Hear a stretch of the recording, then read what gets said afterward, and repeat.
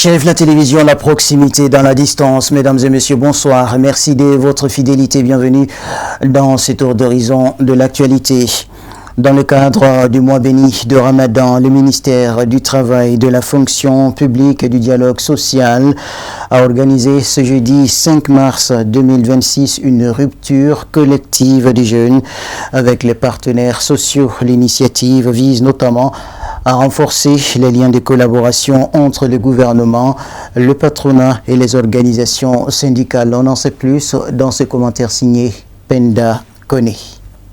Dans une atmosphère marquée par la fraternité et le partage, les partenaires sociaux ont répondu à l'invitation du ministère du Travail, de la fonction publique et du dialogue social pour une rupture collective du jeune. Cette rencontre s'inscrit dans une volonté des autorités de consolider le dialogue social et de renforcer la collaboration entre les différents acteurs du monde du travail.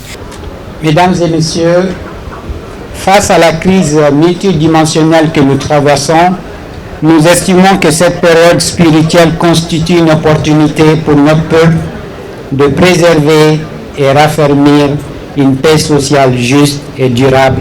Et cette paix sociale ne peut être construite que sur la base d'un dialogue social inclusif entre le gouvernement, les employeurs et les employés. À cet égard, le repas de rupture des jeunes que le ministre du dialogue social a bien voulu nous offrir aujourd'hui est un puissant levier parce qu'il favorise la cohésion, la solidarité et les échanges entre le gouvernement et ses partenaires sociaux que nous sommes nous et les syndicats. Les intervenants ont salué cette initiative qu'ils considèrent comme un cadre important de rapprochement et d'échange entre le gouvernement et ses partenaires sociaux, surtout en cette période de spiritualité et de solidarité qu'incarne le mois de Ramadan. En ce mois béni de Ramadan, quoi de mieux que les partenaires sociaux se retrouvent auprès du ministre du Travail pour une rupture de jeunes collective. Cette rencontre s'inscrit dans la tradition de communion fraternelle visant à renforcer le climat de confiance entre le ministère du Travail et les syndicats. Cette rencontre s'inscrit dans une volonté des autorités de consolider le dialogue social et de renforcer la collaboration entre les différents acteurs du monde du travail. La rupture collective a pour objectif de regrouper l'ensemble des acteurs tripartites du monde du travail autour de la même table pour manifester notre solidarité à l'endroit des travailleurs du Mali. Au-delà de la gestion des problèmes quotidiens, il s'agit de se connecter, de reconnecter des salles de réunion pour un moment de partage et souhaiter des bénédictions pour la paix dans notre pays. Il s'agit d'un moment de convivialité entre le gouvernement, les syndicats de travailleurs et les employeurs. C'est aussi un moment de communion et de partage entre Maliens tout court. Ce moment permet aussi de créer la cohésion entre les partenaires sociaux et le gouvernement. Cette rupture collective du jeune a ainsi permis de consolider les liens de fraternité, de tolérance et de coopération qui caractérisent la société. Volet solidarité toujours en ce mois béni de Ramadan, le comité Sotouba ACI de l'association Ankabe Mayala a organisé ce samedi 7 mars 2026 une cérémonie de remise de vivres en faveur des populations. L'activité s'inscrit dans le cadre d'une tradition de longue date. Le compte rendu avec Assanatou Yele Traoré et nous connaît. Fidèle à sa devise Unité, Solidarité, Laïcité, l'association Ankabe Mayala, à travers son comité de Sotiba, a procédé à une distribution de vivres. L'initiative est portée par sa présidente Koulibaly Seida Assita Makoroba Aïdara. Ce geste de solidarité intervient en plein mois de Ramadan, période marquée par le partage et l'entraide. C'est dans le cadre des objectifs de l'association qui abrite toujours l'unité, la solidarité et la laïcité. Donc dans la solidarité, nous sommes dans le mois solidaire parce que c'est un mois très difficile pour que ce soit les musulmans ou les chrétiens. Donc c'est dans ce contexte que Badra nous a habitués à faire des dons, à aider nos parents, que tu sois seulement les fils d'Adam, n'a pas besoin de ta religion. Donc c'est dans ce contexte que le comité Sotiba, à travers Makoroba Haïdara, qui est la sœur à Badra Aliou Haïdara, qui ont changé à faire ces dons, surtout actuellement où nous sommes, où ça ne va pas trop dans les familles. Donc c'est l'un des objectifs phares de l'association Angabé Mayala. Cette année, le jeune musulman coïncide également avec les carêmes chrétiens, donnant encore plus de sens à cette action de soutien aux fidèles. Selon les responsables de l'association, chaque année, l'organisation mène des actions de bienfaisance au profit des populations sans distinction de religion, d'ethnie ou d'appartenance sociale. Musulmans, chrétiens, traditionnalistes, tous en bénéficient. Un mot de remerciement d'abord à l'endroit du PCA, M. Ali Ousmane Haïdara, de le remercier de tout cœur. Aider une famille, aider une personne, c'est comme si aider un village, surtout dans le mois où franchement ça ne va pas trop.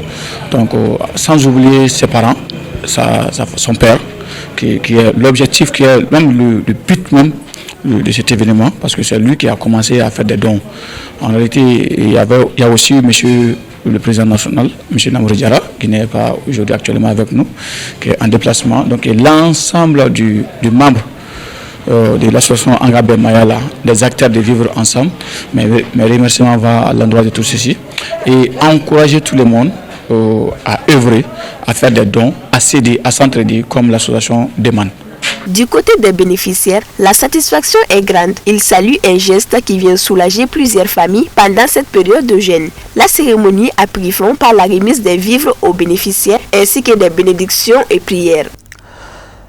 L'actualité nationale sur un autre volet dans ce journal en direct sur nos antennes. Les comités Ansardine de Kati Koko Plaine et Kati Koko Plateau ont accueilli la troisième étape de la tournée de Seyid Chérif Ahmed Tidjane Haïdara, troisième édition du genre.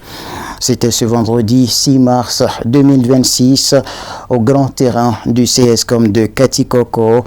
Une grande soirée de prêche a été organisée à cette occasion en présence d'un nombre important de fidèles. Le reportage est signé Khadija Traoré, Amadou Diallo, Abdoulaye Sogodogo et Samba Traoré. Organisée par les comités Ansar de Kati Koko Plaine et Kati Koko Plateau, cette soirée a été l'occasion pour Seydi Chérif Ahmed Tidjane Haïdara de mettre l'accent sur le bien fondé d'un islam pacifique et tolérant, dans la continuité de la Sourate Youssouf. Les organisateurs de l'événement ont saisi cette opportunité pour exprimer leur gratitude envers Seydi Chérif Ahmed Tidjane Haïdara pour son engagement en faveur de la paix et de la tolérance. Depuis le commencement de l'événement, Chérif Ahmed Tidjane Haïdara a commencé Sourate Youssouf. Jusqu'à présent, on continue ça. C'est une leçon qu'on trouve dedans. Une éducation qu'on trouve dedans. Il est là en train de nous étudier aussi sur la bonne marche de l'humanité même. Cette tournée, ça nous a apporté vraiment d'abord de la paix au sein de l'association Ansardine de Kati d'abord. Parce qu'en réalité, Chérif Ahmed Tidjane Haïdara, c'est un homme reconnu par son effort sincère et constant dans la prédiction de l'islam. Et il est aussi engagé vraiment à promouvoir les nobles valeurs de la paix. Et ce monsieur est engagé à éclairer les cœurs et améliorer le comportement des fidèles. Vraiment, on le remercie. Tout d'abord, c'est un réel plaisir de me présenter ici et de prendre parole. Et concernant cette tournée, la tournée de presse qui est organisée par l'association de Kativille et qui est à sa troisième édition plus tôt. Et je remercie aussi la sous-section de Kativille pour cette initiative. Vraiment, ça a été de l'opportunité. Parce que grâce à cette tournée aussi, on a eu à comprendre beaucoup de choses et si l'islam est authentique.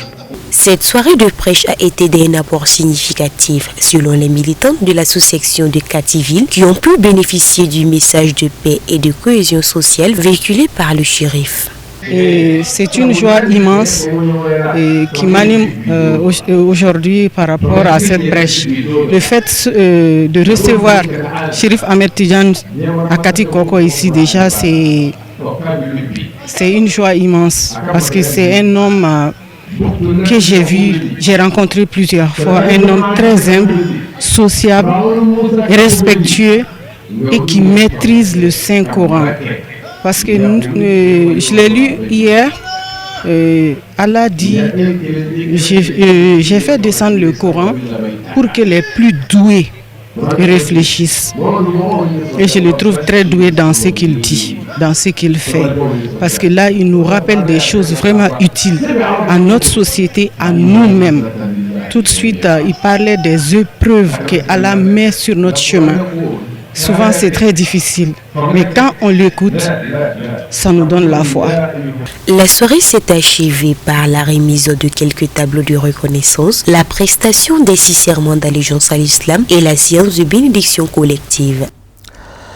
Sans transition, voyons ce qui constitue l'essentiel de l'actualité par-delà nos frontières, en bref et en images.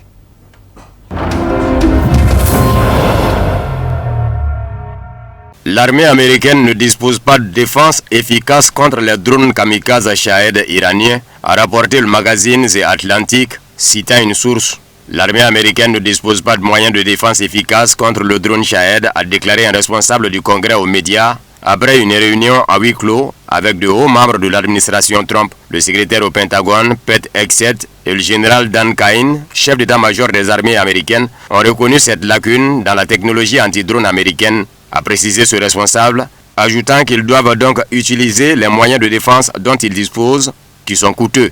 Le Wall Street Journal avait précédemment rapporté, citant des responsables occidentaux, que l'arsenal de drones permettrait à l'Iran de mener des frappes de représailles, même si le pays venait à manquer de missiles. Les drones iraniens frappent non seulement les bases militaires, mais aussi les budgets américains et israéliens. Le prix d'un drone Shahed 136 varie entre 20 000 et 50 000 $. Le prix d'un intercepteur Patriot SM-2, lui, est entre 3 et 12 millions de $.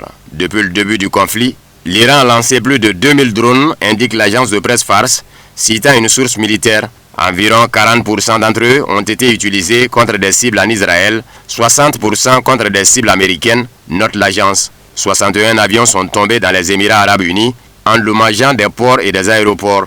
Téhéran a des centaines de nouveaux drones chaque semaine. L'équipe de défense aérienne de l'Alliance américano-israélienne dispose d'un stock limité de missiles. Le système radar d'une batterie de missiles Tahad américaine en Jordanie aurait été neutralisé dès les premiers jours du conflit armé avec l'Iran, rapporte à CNN, citant des images satellites qu'elle a consultées. Par ailleurs, des bâtiments abritant des systèmes radars similaires ont également été touchés dans 2 autres endroits des Émirats arabes unis. Cependant, CNN n'a pas pu confirmer s'ils avaient subi des dommages importants. Le porte-avions Abraham Lincoln, qui s'était approché à 340 km des frontières maritimes iraniennes dans la mer d'Oman dans le but de contrôler le détroit d'Ormuz, a été touché par des drones de la marine du corps des gardiens de la révolution islamique iranienne, a également déclaré le porte-parole du quartier général central Khatam al-Anbiya. Le porte-parole a ajouté que le navire avait rapidement pris la fuite avec ses destroyers et se trouvait désormais à des milliers de kilomètres de la région. Il y a quelques jours, le corps des gardiens de la révolution islamique a annoncé que l'USS Abraham Lincoln avait été ciblé par 4 missiles balistiques dans le cadre de l'opération True Promise 4. Les frappes puissantes des forces armées de la République islamique d'Iran contre l'ennemi sont entrées dans une nouvelle phase et la terre et la mer deviendront le lieu de sépulture des agresseurs terroristes, a-t-on ajouté. Israël espère que l'Azerbaïdjan se joindra à l'opération contre l'Iran, a rapporté la chaîne de télévision israélienne Cannes. Selon ses sources, Israël pense que l'Azerbaïdjan rejoindra la coalition qui attaque l'Iran. Elle n'a fourni aucun autre détail, se contentant d'indiquer que d'autres pays pourraient probablement se joindre à l'opération contre l'Iran et ses intérêts dans la région. Les services de sécurité d'État azerbaïdjanais ont déclaré plus tôt dans la journée avoir déjoué une série d'attentats terroristes orchestrés par le corps des gardiens de la révolution islamique, une unité d'élite de l'armée iranienne. Le 5 mars, le ministère azerbaïdjanais des Affaires étrangères a indiqué que 2 drones lancés selon Bakou depuis l'Iran s'étaient écrasés près de l'aéroport de Nakhichevan, endommageant le bâtiment et blessant 2 personnes. Le ministère a souligné que Bakou se réservait le droit de riposter. Parallèlement, l'état-major iranien a démenti les informations faisant état de tirs de drones vers l'Azerbaïdjan et a imputé l'incident à Israël. L'Iran n'a pas peur d'une opération terrestre, il la souhaite même ardemment car le pays a la force de tuer tout le monde, a déclaré l'ambassadeur de la République islamique en Russie, Khazem Jalali, dans une interview accordée à Vesti. Quant à une opération terrestre, nous l'accueillons favorablement, qu'ils viennent à nos frontières, car là, nous pourrons tous les anéantir. Pour l'instant, ils frappent de loin, depuis les airs, a-t-il déclaré, commentant les informations faisant état d'une possible opération militaire terrestre américaine. Quant à une opération terrestre, nous riposterons sans aucun doute, car tout le peuple iranien résistera. Nous avons des buts et des objectifs clairs, et nous pouvons les repousser. Ils ne peuvent donc pas nous intimider avec une opération terrestre. Nous l'accueillons même favorablement, qu'ils viennent à nos frontières. Dans un message vidéo adressé au public et diffusé samedi, le président iranien Massoud Pezeshkian a exprimé sa gratitude au noble peuple iranien, l'exhortant à mettre de côté tous les différends existants, alors que le pays est confronté à une guerre d'agression non provoquée menée par les États-Unis et le régime sioniste. Appelant à l'unité nationale, le président a déclaré que tous devaient s'unir pour défendre avec force leur terre et leur patrie. Il a réaffirmé l'engagement de la nation à rester ferme jusqu'à ce qu'elle sorte de la crise actuelle avec dignité. Pezeshkian a souligné que toute notion de capitulation sans condition est un rêve que les ennemis de l'Iran doivent enterrer. Pezeshkian a également présenté ses excuses aux pays voisins attaqués par l'Iran. Il a expliqué que le guide suprême de la révolution islamique, l'ayatollah Sayyid Ali Khamenei, ainsi que de nombreux combattants militaires et civils ont été tués en martyrs suite à l'agression brutale de leurs ennemis, soulignant que même en l'absence de leurs supérieurs, les courageuses forces armées agissent avec détermination et honneur pour défendre la patrie.